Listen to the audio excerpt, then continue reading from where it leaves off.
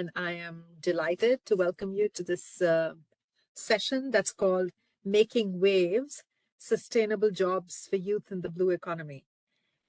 So in this session, just a quick introduction actually about S4Y first. So S4Y, it stands for Solutions for Youth Employment. It's a global program that's hosted by the World Bank.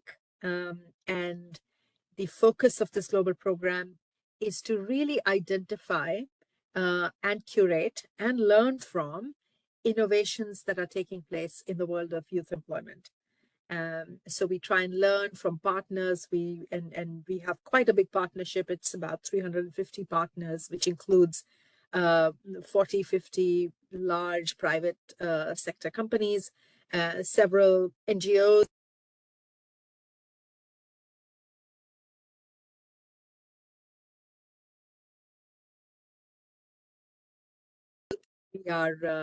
We are listening to them. Sorry, did I mute myself? I think I probably muted myself. I hope you can hear me. Yes, just for a second, but you're back. Okay. So the session today is on the blue economy. And we all know that climate change is posing a threat to the environment, but also when the environment is at risk, it also poses a risk to the kind of livelihoods that people have access to, and particularly young people as they are transitioning from schools into the labor force. So this is becoming a highly risky world for them, not just because of how technology is rapidly changing the world of work, but also how climate change and the environmental issues are playing into the kinds of livelihoods they have access to. So in today's session, we'll focus on the oceans, or on the world around the oceans, or what we call the blue economy. And there are different definitions of it. So healthy oceans are important, not just from a climate change perspective or from the environmental perspective or from the perspective of biodiversity, marine biodiversity, but also from the point of view of livelihoods. About 3 billion people depend on oceans for their livelihoods. And so what we want to discuss in this session is, can there be some win-win ways in which we can address and keep our oceans as healthy as possible, and also make sure that young people are having access to productive, high-quality jobs around the oceans, which are particularly important for people who live around the oceans, but also through value chains, people who don't live around the oceans. So I'll stop here. The way we'll organize this session is I'll first invite my colleague Gianluigi Nico, who works in the jobs group. And together with Gianluigi, we had recently published a short note that really looked at the blue economy and what it means for countries to go through a process of structural transformation and what that means for youth employment. And then Gianluigi will just share some sort of quick highlights of that paper. We'll of course also share the paper in the chat. And then we have a fantastic set of panelists, and I'm really grateful for you all to have made the time. So we have Nicole Franz from FAO. We have Afrina Chowdhury from WorldFish. Harrison Carissa, who's from the World Bank. He works in fisheries. And Yuko Okamura, also from the World Bank, but her aspect, I mean, the angle she works on the blue economy is more from a social protection point of view. And Pratap Sinha from GIZ. So perhaps before I invite the panelists, I'll invite my colleague Gianluigi to just sort of kick it off and share some sort of big headline messages from the report that we just recently released. And I'd request the panelists to turn on their cameras just so we can see and it feels like we're having a conversation with each other. Okay, over to you, Gianluigi. Thank you very much. Namita. Just gonna show my my presentation on. I hope you can see my slide in presentation mode. So today I'm gonna delve into some empirical findings regarding the role of the blue economy for employment generation, particularly for young people. But before going into the specific of the empirical analysis, let me just give you a very brief overview of what I'll be presenting today, beginning by addressing some of the structural challenges confronting young people in the labor market in this huge youth labor market crisis. And we'll then move to a very short definition of what the blue economy is according to the World Bank, before framing the blue economy within the process of structural transformation. And very concisely, I will present the findings from the empirical analysis, and finally discuss some challenges and how to turn these challenges into opportunities for young people.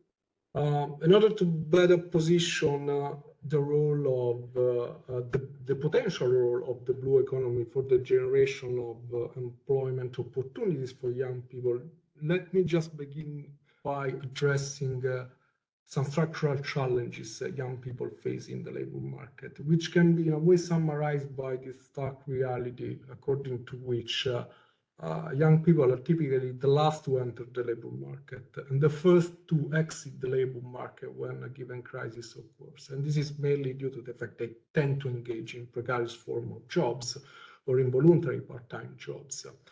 Currently, we have an estimated 65.5 million young people who are unemployed, and while this number is lower compared to the number of young people unemployed during the COVID crisis, there are some alarming trends or projections suggesting that there will be 2 million more young people who will join the unemployed group by 2025.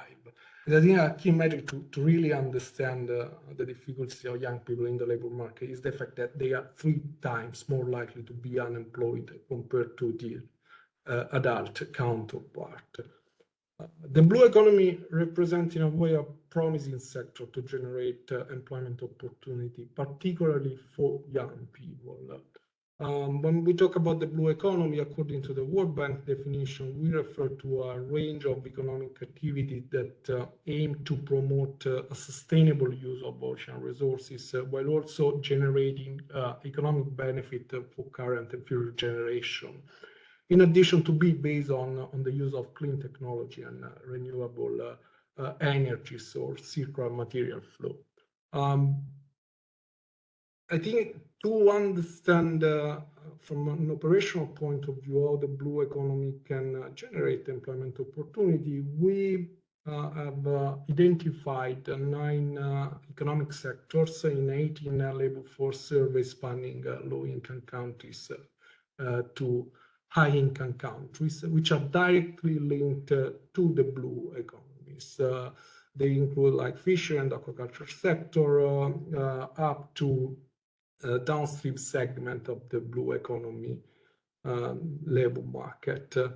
A key entry point to understand the evolution of employment within the blue economy, it's really understand the potential role of fisheries and aquaculture, especially because when fishery and aquaculture productivity increase, it generally creates the scope for additional jobs in both downstream and upstream segment of the blue economy value chain by providing more fish to be processed or by demanding more input for fishing activities. And within this evolution, while the role of fishery generally tend to decrease within the blue economy, it actually increases within food production activity. This is because when fishery productivity increases, there is a shift in employment from relatively low productivity activities such as crop and livestock to relatively higher productivity activities such as fishery and aquaculture, which are especially beneficial for young people. When this shift occurs, you typically see that 20% of the total youth employment within food production sector is in fishery and aquaculture, and this is much higher compared to the adult employment rate within food production sector in fishery and aquaculture. And there are a number of additional or improved labor market actors, especially for young people. For example, if we focus on the occupational dimension of the process of structural transformation, what we notice is that the share of young people holding high-skilled occupation within the blue economy, it's larger compared to the share of other people. But also young people within the blue economy, they tend to hold the paid employment jobs, which are typically more economically secure compared to self-employment jobs, such as on-account worker and contributing family worker. Another key characteristics of the blue economy is really its role to create local employment opportunity for young people. Of course, the importance of any sector of the economy for employment creation very much depends upon which employment is measured, whether it is at the global level, at the national level, or subnational level. And while employment creation at the national level within the blue economy might not be as high as one would expect, when we focus on some subnational administrative area, particularly those proximate to water bodies, what we notice is that a large number of young people actually engage in blue economy sector. For example, in some provinces in Laos, there are 60% of total youth employment is within the blue economy sector. But in general, this applies to many other low-income countries at the local level. Another role that I'd like to highlight before concluding is this tremendous potential of some sector of the blue economy, especially fishery and aquaculture, to reduce poverty rates. Now, this empirical analysis very much provide insight into this greater poverty reducing power of fishery and aquaculture compared to other primary food production activities such as crop and livestock. While in general, what we notice is that young people tend to earn a lower income than their adult counterpart, regardless of the sector of investigation. When we make a comparison between the earning of young people engaging in fishery and aquaculture with that of their peer in crop and livestock activities, we notice that the income earned is 75 and 65% higher for young people in fishery and aquaculture compared to young people in crop and livestock activities. And as a result of this higher income earned by young people in fishery and aquaculture, typically the poverty rates in those sectors, it's much lower compared to the poverty rate for young people in crop and livestock activities.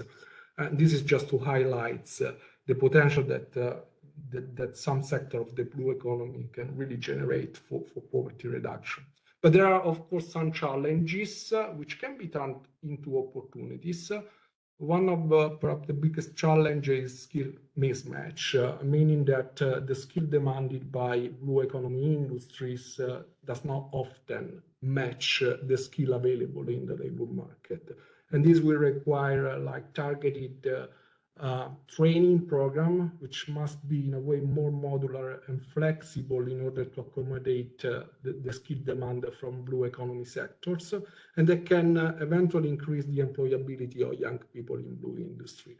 One more area that could be improved is really to make this sector more attractive for young people, because the perception is that blue economy careers are less attractive to young people compared to other sectors, and therefore raising awareness by working together with government and organization, research organization would be like a key priority to make this sector more appealing for young people. Last but not least, it's really the need to collect more and better data to really understand the dynamics both from the labor demand side and from the labor supply side of the blue economy sector in order to support targeted policy decision making. And yeah, I think I'll stop here. And thank you very much, of course, for your attention. Thank you so much, Gianluigi. This was a perfect sort of setting the stage kind of presentation. It sort of highlights what the key issues are, highlights how, depending on the geographical area of analysis, like are we looking at it from a global point of view or a national point of view, or even zooming in at a local point of view, the importance of the economy can change. And we sometimes underestimate actually how important this economy is from the point of view of jobs, because we are simply looking at national statistics. So I think this is a perfect segue, and maybe let's just dive deeper into some of the points that you raised. And so I just wanted to hand it over now to our panelists, and maybe just go to Nicole first. Nicole Franz, don't know if I can see you. There you are. So Nicole she leads the Equitable Livelihoods team in the fisheries division of the FAO. So Nicole, FAO has been talking about blue transformation. And of course, it includes young people. I mean, if we are talking about a transformation in the future, it's going to be today's youth that are going to lead it and also be affected by it. So what is the FAO's perspective on what is needed for this blue transformation, and what is needed, and particularly what that means for young people? Like, are they, like Gianluigi pointed out, like the kinds of skills and how Tibet institutions need to be changing if this economy is going to keep pace. So what does your team think about the new skills that are needed for this transformation? Thank you very much, Namita, and also thank you to Gianluigi for this very interesting and informative setting the scene presentation. For FAO, we have what we call this blue transformation roadmap, which is basically our vision that recognizes the importance of aquatic food systems as drivers of employment, of economic growth, but at the same time also of social development and environmental recovery, which all underpin the Sustainable Development Goals. And the FAO Blue transformation has basically three objectives. The first one is a sustainable aquaculture intensification and expansion to satisfy the global demand for aquatic food. As we see that over the last years, the capture fisheries production has plateaued mostly, while we have obviously a growing world population that continues to eat fish. The second objective is effective management of all fisheries to deliver healthy stocks and secure equitable livelihoods. And then the third objective, which brings these two production systems together, is the upgraded value chains to ensure the social, economic, and environmental viability of aquatic food systems. And yes, Namita, as you said, of course, young people have a major role to play in achieving these objectives. And therefore, the blue transformation includes specific priority actions to promote, in particular, youth employment in aquaculture, in fisheries, and in fish value chains. I should also mention that in 2022, we celebrated the International Year of Artisanal Fisheries and Aquaculture.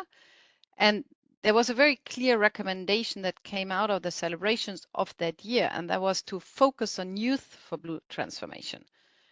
So it's really an issue that is coming more and more to the forefront. And just as a reminder, in capture fisheries, for example, 90% of all of the people that are involved in operating along the value chains in capture fisheries are operating in small-scale fisheries.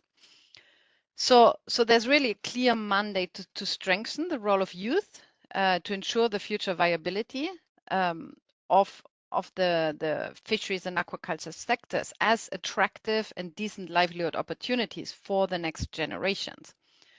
As FAO, we therefore actively encourage intergenerational dialogue, knowledge sharing, and of course, as you just mentioned, the skill development. And let me share some brief examples that illustrate a little bit what skills will be most crucial for young people to have in order to keep up with these changes in the blue sector. And Gianluigi on his slide already had mapped out some of those. So in relation to aquaculture, for example, FAO is working in a number of countries, including Gabon, Ghana, Morocco, Mozambique, Tanzania, Uganda, Zambia, but also in Thailand in Asia, to build capacity of rural youth and university students to help them find employment in aquaculture through technical skill development, but also through support to how to run a business, no? Because it is not sufficient to have the technical qualifications, but you also then need to see how you can turn that into an effective operational undertaking. So the training is both. It's on specific technical aquaculture production skills, but then also on the related business skills. For fisheries, we have a project that is called the EIF Nansen project. And under that project, a series of student and mentorship programs give selected participants the opportunity to develop their capacities and obtain actually higher educational degrees. In this case, those are more specifically in relation to technical skills on fish stock assessment or on fisheries management in this case. So they're more geared to develop future leaders in fisheries management and also in fisheries research institutions. We have another project that focuses more on the value chains. It's called the Fish for ACP project.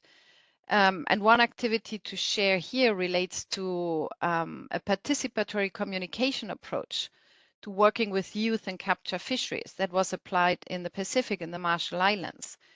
And this included, among other things, a media training specifically for youth that then was engaged in developing media messages and to help to craft and cater messaging in communication products in a way that would attract more youth to the sector, because oftentimes it is perceived as not being very, very attractive.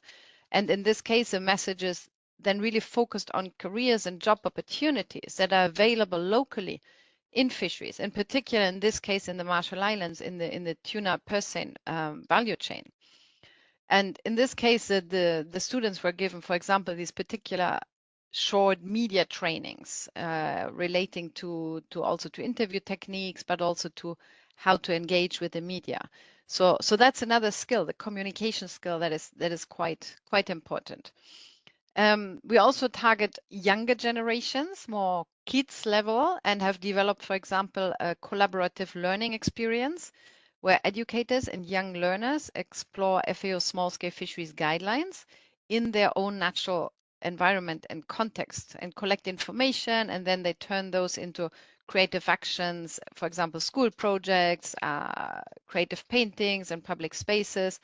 And this is something to actually help prepare a new generation of blue actors, so to say, that are aware of acting in a way that allows to balance environmental, social, and economic sustainability.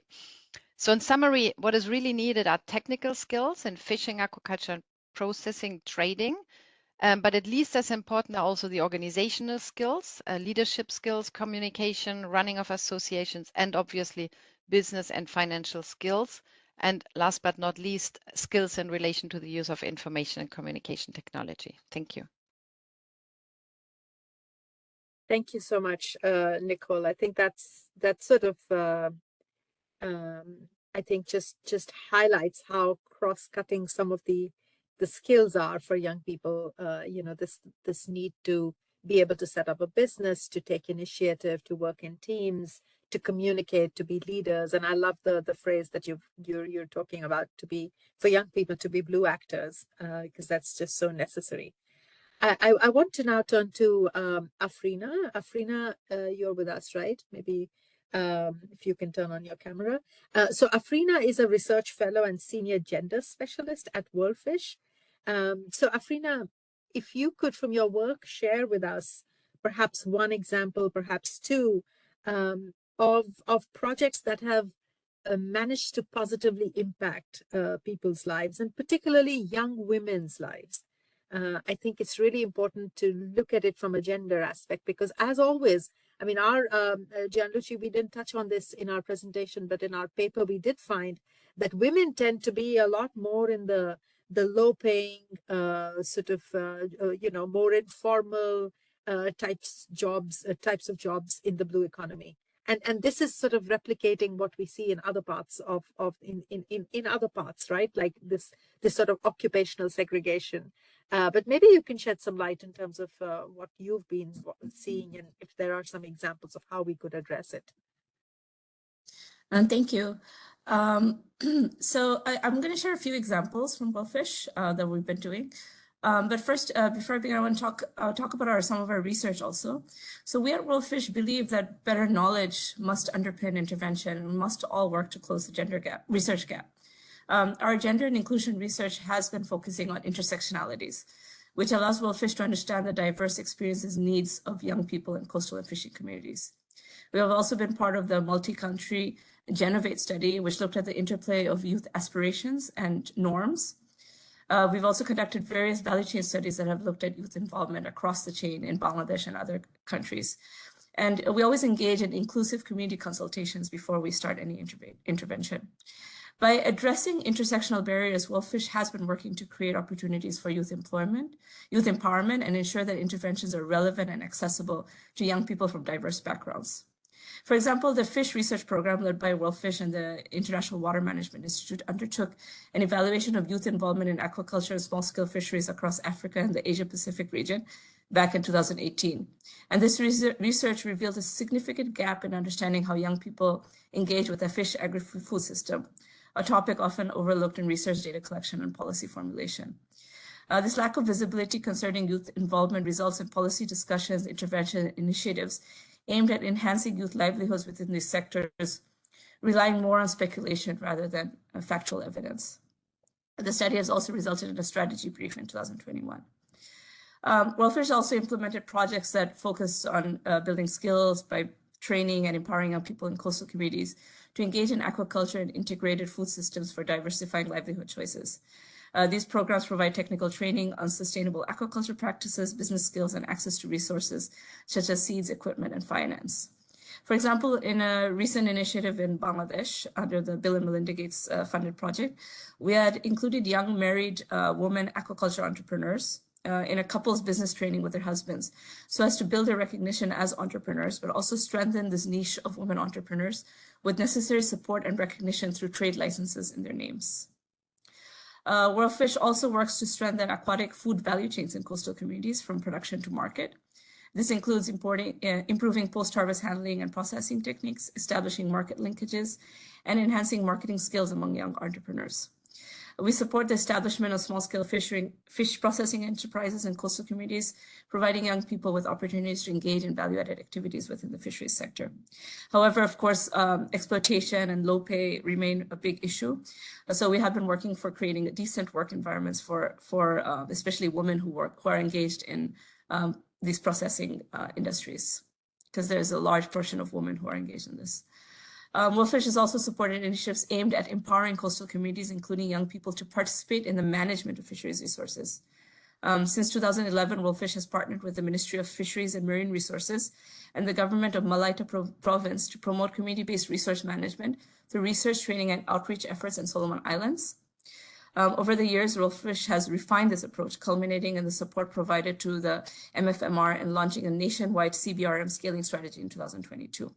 Through this initiative, technical assistance is extended to communities across the entire archipelago to facilitate the implementation of CBRM practices. To ensure that CBRM initiatives effectively engage youth in Solomon Islands, WorldFish has collaborated with a regional organization called Pacific Community to organize workshops tailored specifically for young participants. These training sessions aim to empower youth by enhancing their knowledge and self-assurance and exchange ideas on addressing fisheries-related challenges and implementing solutions in their respective communities with action plans. Since 2021, WorldFish has delivered tailored technical assistance on CBRM to 76 communities in Malaita, and this support encompassed the creation of 16 informational resources addressing crucial topics such as mangrove restoration and coral replanting. Subsequently, they were distributed among community schools and health clinics, empowering women and young individuals to assume more significant roles in CBRM decision-making processes. WorldFish also supports the establishment of aquaculture entrepreneurship incubation programs that provide young entrepreneurs, especially women, with access to resources, mentorship, and technical assistance to start and scale up their aquaculture businesses. These programs help young people overcome barriers to entry into the aquaculture sector and create pathways for their empowerment and self-reliance. WorldFish also facilitates capacity building activities and knowledge sharing events targeted at young people in coastal communities. And these are usually aligned with their aspirations through partnerships with locally existing socially inclusive networks and organizations, as well as government programs and policies. These may include workshops, training sessions, and educational campaigns on topics such as sustainable aquaculture practices, market opportunities, financing schemes for youth, and the policy landscape that are conducive for youth. By enhancing the skills and knowledge of young people, these initiatives empower them to become agents of change in their communities. WorldFish also promotes the adoption of mobile applications for market information and banking, digital platforms for online training and extension services, and innovative aquaculture technologies that require minimal investment in infrastructure.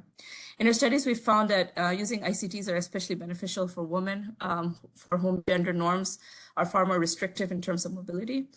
So mobile technologies, digital platforms actually help women work from home in a more accommodative manner and allowing them to run their businesses.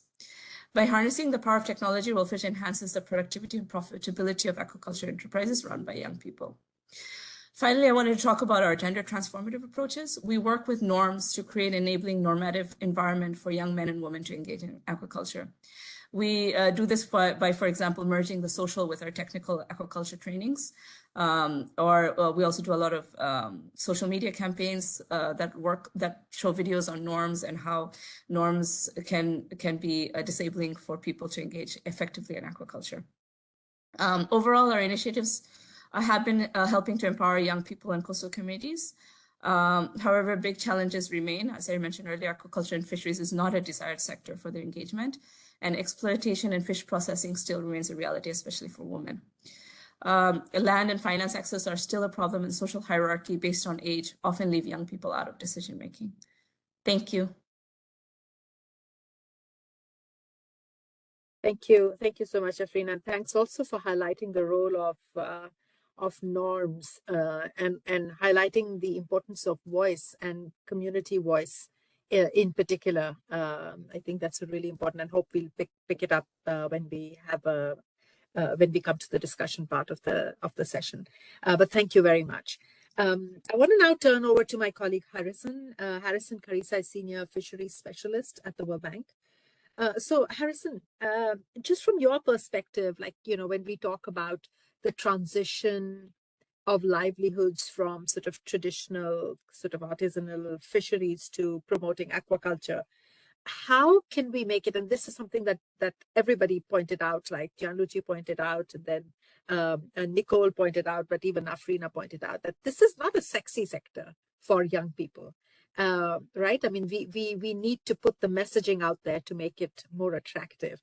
So, like, as we think about this shift from fisheries to aquaculture, what's the role of youth? Like, how do we engage them? How do we involve them? What does it mean for them? Thank you very much, Namita, for that introduction and also for organizing this webinar. I think it's an important webinar because youth employment and actual underemployment is a big issue. It's a big concern across the world. It's not something that we can ignore because it has socioeconomic implications. It affects peace and stability. It leads to rural urban migrations at a local scale. And if unchecked, it can also lead to more cross-border migration that can cause a lot of fatalities, as you have seen in many parts of the world in recent times. Aquaculture is a rural activity, basically. And this is, I think, is an important thing to note as far as the capacity for it to create and promote a sustainable employment options for young people who are mainly rural and women, of course, both men and women. Since young people are commonly associated with being agile, able to take risks, and responsive to new knowledge and technology, increased integration of information and communication technology, and a focus on entrepreneurship are widely considered as pathways for youth engagement. As mentioned by many of the speakers that have gone ahead of me already. The Therefore, the complexity of aquaculture, which aquaculture is technically a complex issue, it's not really like anybody can do it, is technical, is complex in respect to how you manage the water, how to ensure that the fish are growing in a good way, and so on. Therefore, this is actually something that is very attractive to the youth and can help us shift from fisheries, the traditional fish capture fisheries, to something that is more interesting for them. However, of course, there are issues that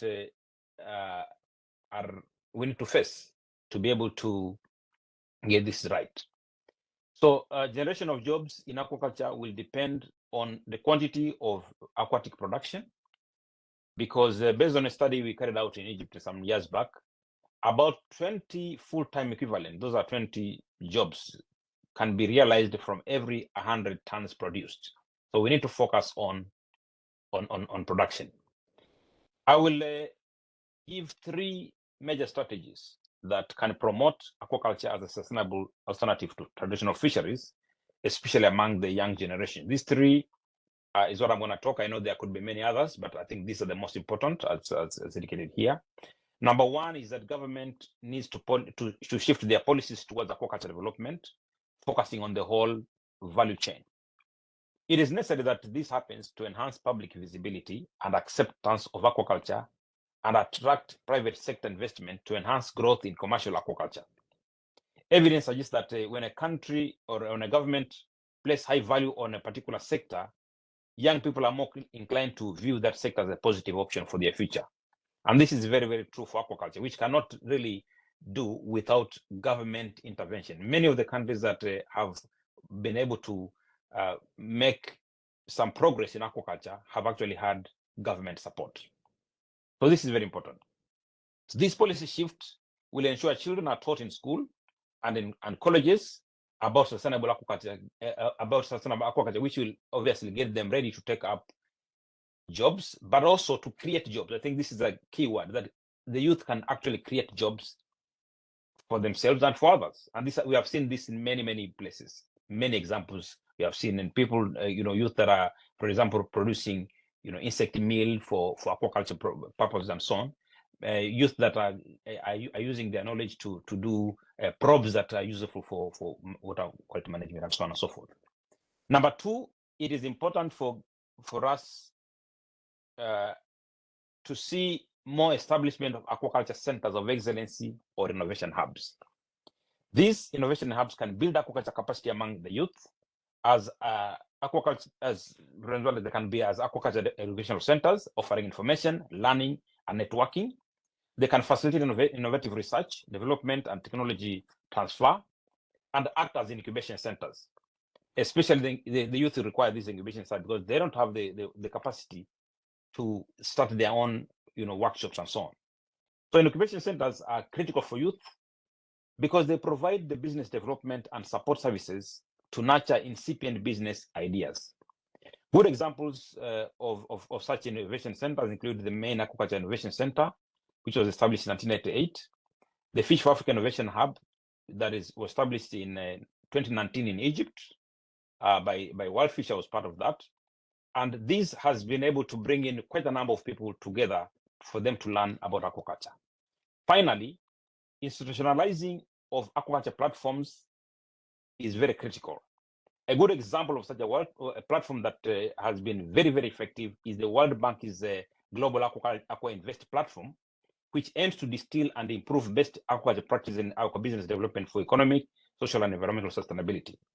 In 2 short years, the platform has created a one-stop shop for aquaculture learning, brought together thousands of experts and participants around webinars,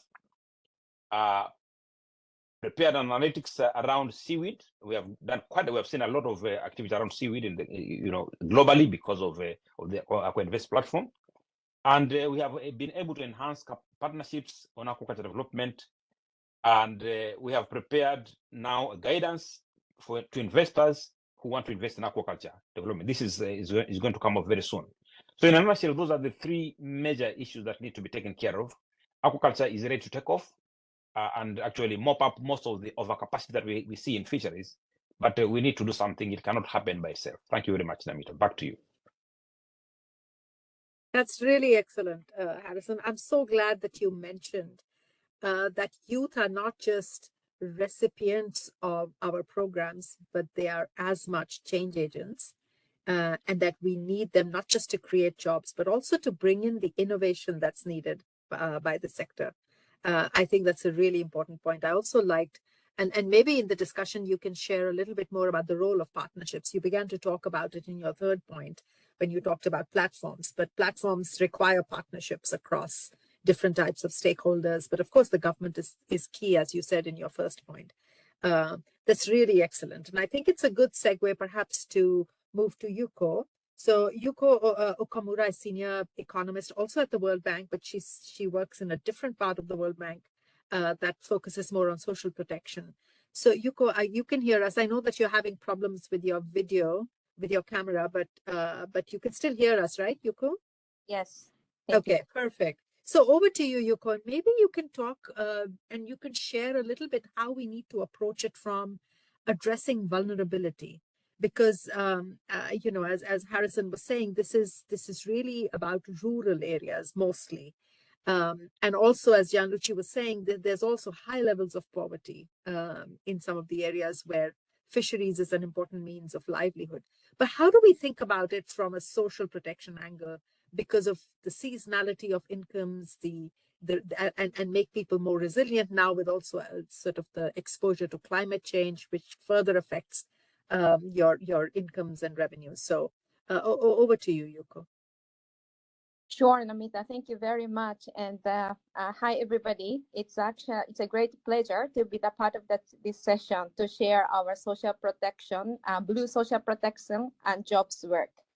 And this activity is jointly undertaken with, of course, social protection jobs and the environmental natural resources, the blue economy team of the World Bank, with the objective to explore on how to better connect the social protection jobs with the fishery management sustainability, even though like the two sectors typically don't work that closely. However, actually social protection jobs can play such an instrumental role to enable sustainable fishery management, facilitating the important fishery policy reforms. Let's take an example. For example, cash transfers and public works can mitigate the impact of the foregone income to comply with the fishing regulation, such as close season and minimum size. And where the fish stock is in decline, additional and alternative livelihood support plays an important role so that the fishery workers can reduce the current fishing effort. And this is exactly the area where we want to pick up more brains with the participants here, and also the solution for the youth employment. So with this motivation, our activity started in 2020 with a stock taking activity, which informed the conceptual framework, as the link to the policy notes are shared in the chat.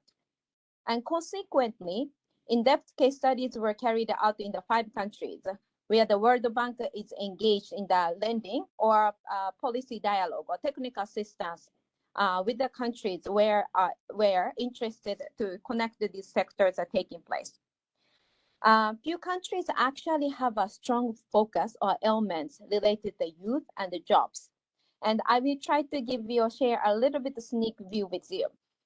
So let me start with Kenya, which already has a youth employment job operations project. And the Kenya study really tried to identify opportunity for creating new and better job for the country's fishery sector using the quantitative data from the official household survey. One of the recommendations highlighted the importance of fostering partnership between the government, but also really the private sector and the fishery cooperatives, which could help advocating labor standards, skills development, and job creation. And in parallel to short-term skills training, and medium and long-term vision is also critical to build the human capital skills for youth, but also the next generation. It would require understanding the current and versus emerging skills, adjusting schools curriculum reform to promote the STEM skills and for innovations and ICT, environment sustainability knowledge, also entrepreneurship skills and because so that we can really prepare youth and next generation for the jobs and skill set necessary. Moving to the LAC, Costa Rica study aimed to better understanding the profile, socioeconomic conditions of livelihood of low-income small-scale fishery, artisanal fishing, and the mollusk gathering community. Therefore, to identify alternatives for social economic inclusion activities linked or outside of the fishing activity. And if for that objective, in partnership with the fishery ministry in the country, data collection was piloted in two distinct communities, one in rural setting, the other in marine tourism area. And it really highlighted the importance of tailoring vocational education training program, not only for the in terms of curriculum, but also accessibility, as it is often difficult to access training center due to the location for the people living in this area, in target area. We also would like to highlight the importance of the case management, which plays a critical role for timely follow-up support, including the mentorship for the youth.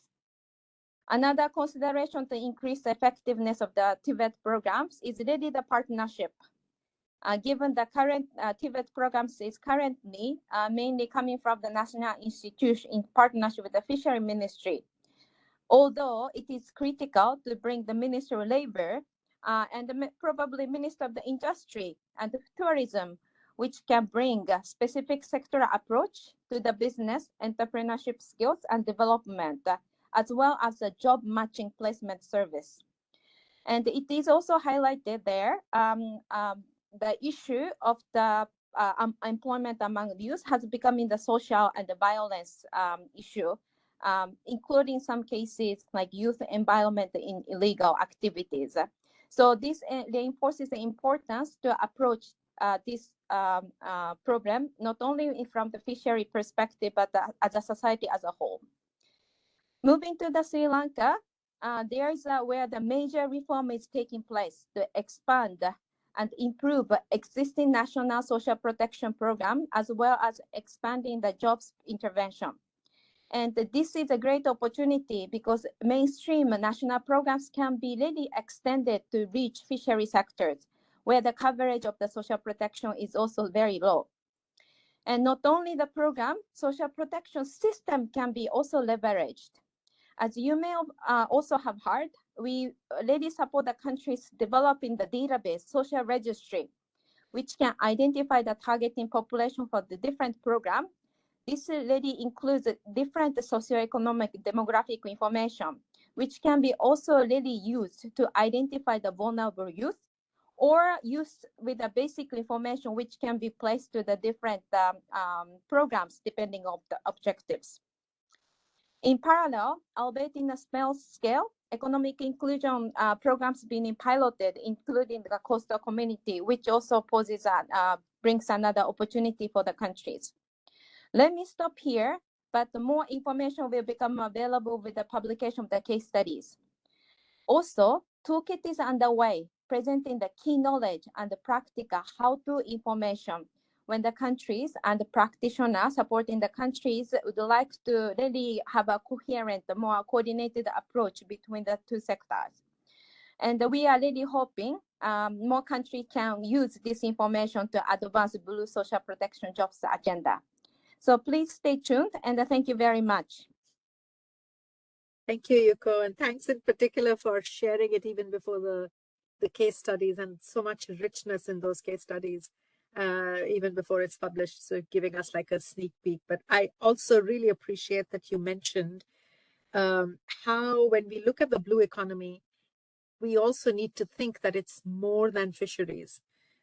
So there are, and particularly as countries undergo structural transformation, people are going to move out of just simply fisheries, but also taking on more activities, more opportunities. Marine tourism is something that you mentioned. So that it becomes sort of a portfolio of activities and opportunities, and it's not just sort of subsistence fisheries that we focus on when we think about a robust blue economy. So over to you now, Pratap. Pratap Sinha is from GIZ. He is project lead of a project that's called Safal. And Pratap, you'll share with us what this project does. But in particular, Pratap, if you could share like some of the lessons that you've learned through this project about what it would take to take some of these projects that we all do, whether it's GIZ or whether it's the World Bank, what it would take to take it to scale. Like if you could address that particular point, but over to you. But tell us a little bit about Safal as well.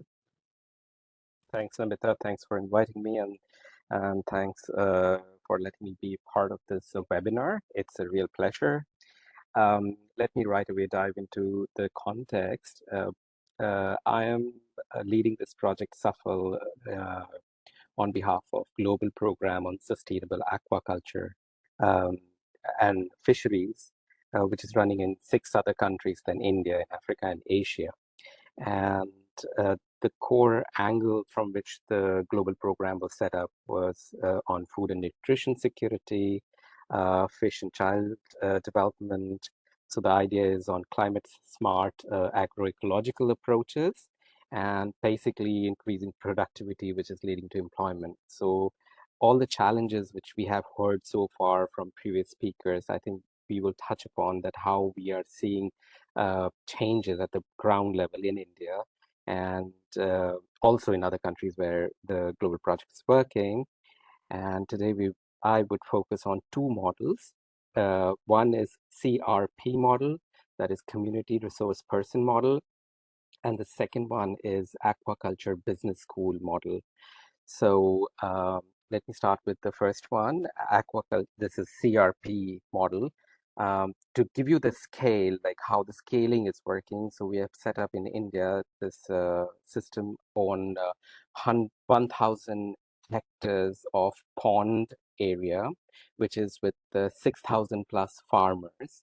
And these 6,000 plus farmers are small scale farmers supported by around 400 CRPs. So these CRPs, you can also call them self-finance extension service people.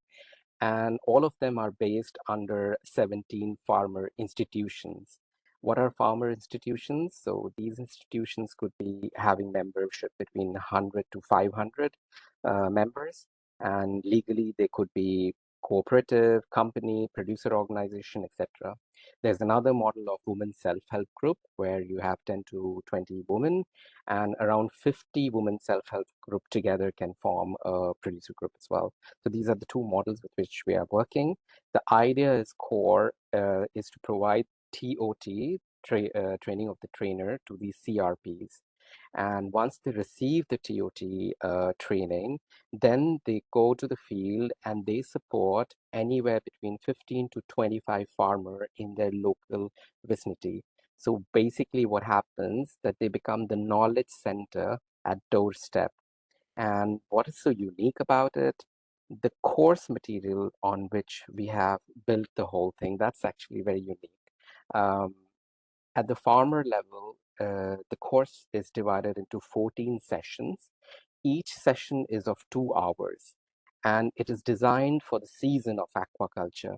Whenever, whatever season is going on, you can choose that session. And why 2 hours? Because farmers at the rural level, they don't have time. That's what we learned. And I mean, time is a precious thing for them as well, everybody. And there is farmer handbook, and there are 28 IEC material, that is information, communication, and education material, which is flip charts or posters or pamphlets.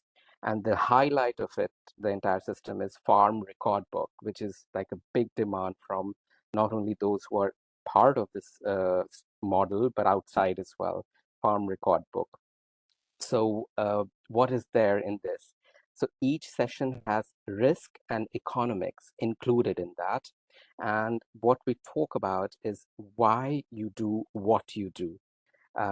Because we know that each pond is different, each farmer or each youth person, whoever is involved, his or her pocket size is different, and the environment around is also different. So because one formula cannot fit all, so that's how the whole content is built. And it includes many things, including homemade feed, basically focusing on sustainable aquaculture, extensive farming. Um, these CRPs, because they're based within the institution, they are not, I mean, of course, salary is an issue. So salary is not their major source of motivation, but there is other source. So three main area in which we see that why they are motivated to do what they're doing. First one is social and environment. Just one example is social recognition at the local level. The second one is in kind. So all the things they get as a trainer, like training knowledge material and so on. And the third one is financial, like how the financial thing works. So basically they are selling goods. So goods could be anything, yearling, fish finger, homemade feed or whatever, nets and stuff like that. Or they could be selling their services, being a consultant or advisor. Or the third thing is aquaculture. The third thing is access to finance. They play a role to help local community farmer to get access to a loan of credits from banks or grants or government schemes. So by this system, what we are seeing that there is aggregation at farmer institutional level, and aggregation could be on supply side or demand side, which starts making sense actually. And government and once they start making money, and they are making money, they're also sharing the dividends with their farmer member. And for government, it starts making sense because at the ground level, the number of hands to work goes significantly high without using the entire government mechanism or system. So that starts making business sense. Now I will move into the aquaculture business school. So the second concept, the idea here is that usually what we just have 2 minutes, and I did a lousy job of managing time, so you got squeezed in the end. But if you don't mind wrapping up like in a few seconds, thank you. I would. I'll just give you one thing about the aquaculture business school.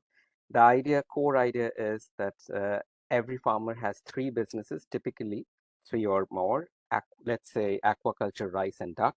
The idea is, how do you understand in 5 days where would you put your money if you have $100 and three businesses? How will you decide your profitability, investment need, risk analysis, and mitigation? Let's say in 5 days' time. So the expansion model is one person trains 20 trainers, and this training goes out to 9,000 farmers within 1 year, and it has a training module based on a local context. I will stop there, but these were the two models which are working very well and actually solving many of the challenges which has been raised by our previous speakers. Thanks.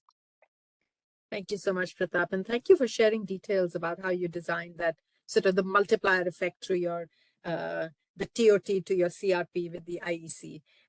Interesting acronyms. I was trying to keep a handle on the acronyms. But no, this was a very interesting model, and thank you, Pratap, for sharing it. I think that we have almost run out of time, but we have really some wonderful questions. Jairul Islam asking about the role of digital. That was actually one of the uppermost questions in my mind as well, the role of technology, and particularly platforms and how that could make the sector more attractive. And there's a question for Harrison about the importance of also addressing the consumption side of things, and whether there should be some awareness on consumption. And then an absolutely fabulous question as well on from Kafayat on this is really something that we are working on in S4Y as well, but the whole opportunity for the circular economy.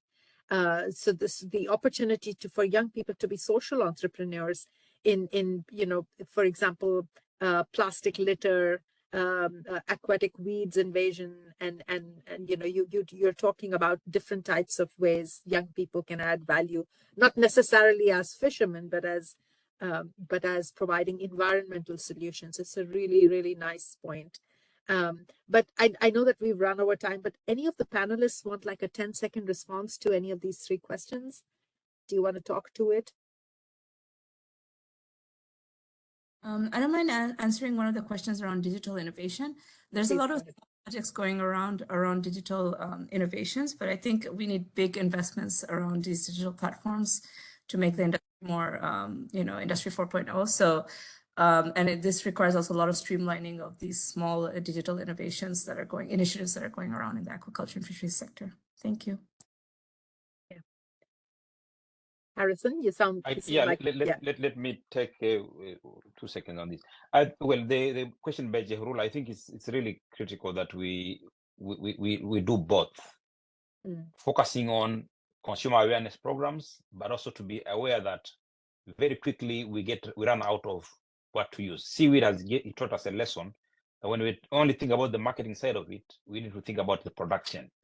So it's very important that the whole planning is done with both in mind, that at the end of the day, we consume what we produce. Thank you. Yeah. That's really important. No, but thank you so much. I know that we've run out of time. I just want to say a big thank you to the panelists for being here. I really loved how each of the panelists were raising points about the importance of youth, not just being beneficiaries, but also as kind of potential solvers of some problems. And you know, I wanted to share this with you, but didn't have the time to. But we are also working with the Water GP, and we just recently at COP, we launched a Water Innovation Challenge, and we are seeing young people come up with such interesting solutions to address the water problem. So, I mean, that's just an example of how we can tap into youth energy and youth innovation to actually address some of the problems that the blue economy faces. And a lot of the ideas that we got from young people were on the digital side. I mean, new ways of using data sensors to address water leakage problems, for example, or water wastage problems.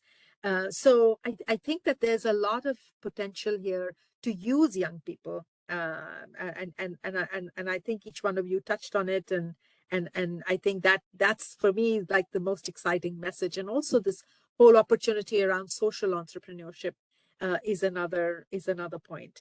I'm sorry we couldn't get into a lot of the questions that were raised. There's so much more to discuss, but I just want to say a big thank you to you all for joining. Thank you, Gianluigi, but thank you, Nicole, Afrina, Harrison, Yuko, Pratap. And a big thank you to my colleague Sarah for organizing this, and sort of behind the scenes, there's so much work to be done to just put a simple session together sometimes. So big thank you to Sarah as well. Thank you, and have a good rest of your day. We'll share the recording of this webinar so people